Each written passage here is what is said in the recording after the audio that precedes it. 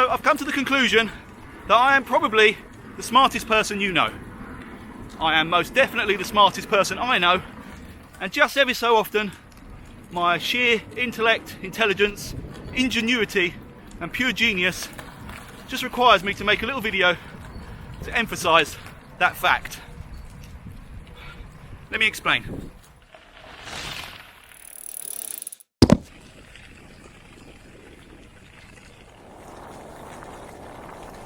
As regular viewers will know, I was hoping the next video in this series would be me unveiling my beautiful new bike from Planet X, the Tempest TI V3 SRAM Force 1x titanium disc brake hydraulic whatever. I'm sure it's just called a Tempest V3. Anyway, that wasn't to be. They seem to have trouble getting hold of what are some pretty basic headsets as far as I can see. So, still not been able to build it.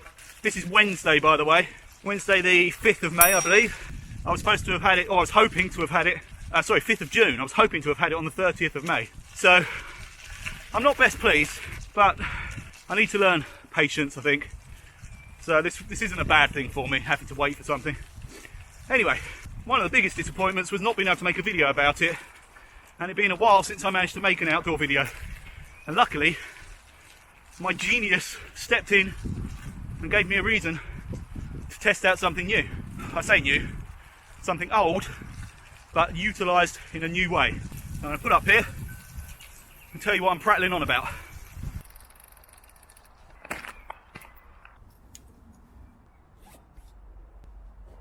It's no secret that I am a bit of a droner, not just droning on in these videos, but I like to fly my little DJI Mavic Air whenever I get the chance, and more specifically when I'm riding my bike.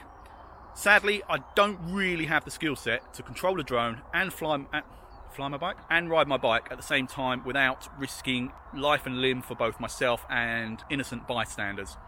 So I needed to come up with a solution. I've watched so many videos with stunning drone footage of cyclists, and I've always assumed they had a second pilot, basically following in on a car, running along the side of them, controlling the drone while they ride. It actually transpires that that's not the case at all. They just have the balance and the skill to do it.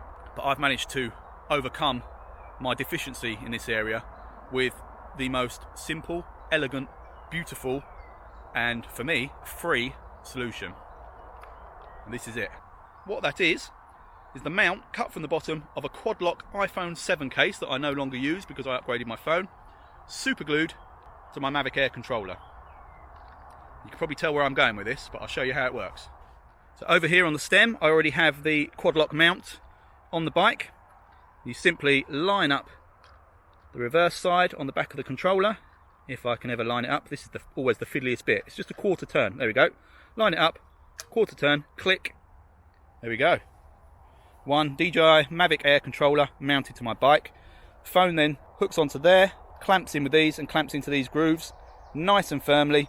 There is a bit of wobble there, but this footage will show I just put it through a pretty rigorous test over some very rough sand, mud and grass.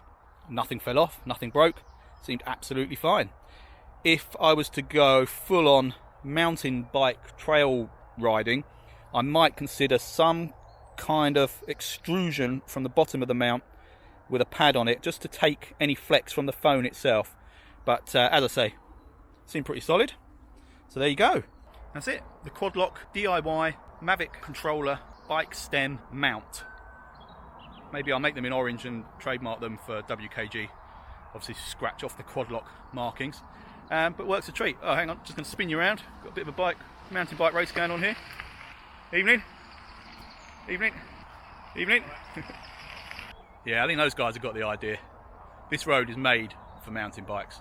I'm enjoying mine, still with my little skinny 28 wheels. I'm still enjoying it. Obviously had a couple of crashes on the sand the other day, but I still am loving this kind of riding.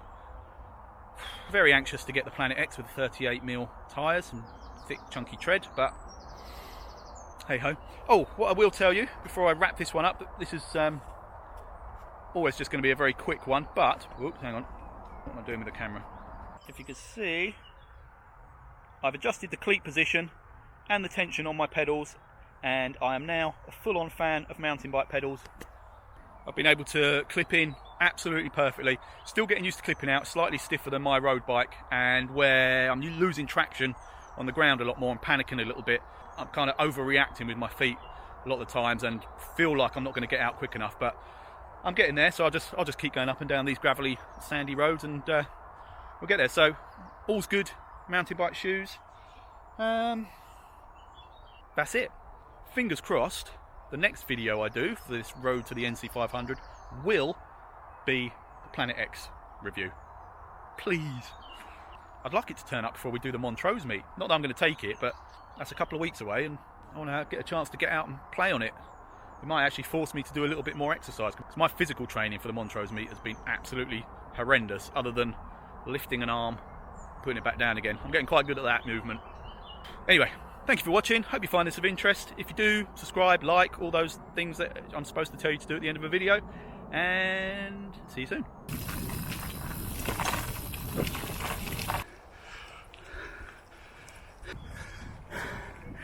Evening.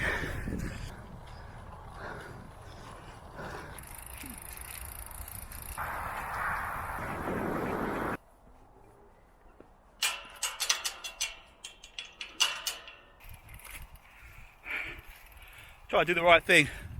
I got off my bike to walk through this field so I didn't scare the sheep. I'm pretty sure I just trod in a massive sheep shit. So that'll teach me for caring for the wildlife. Don't be scared. This is your home, I'm just passing through.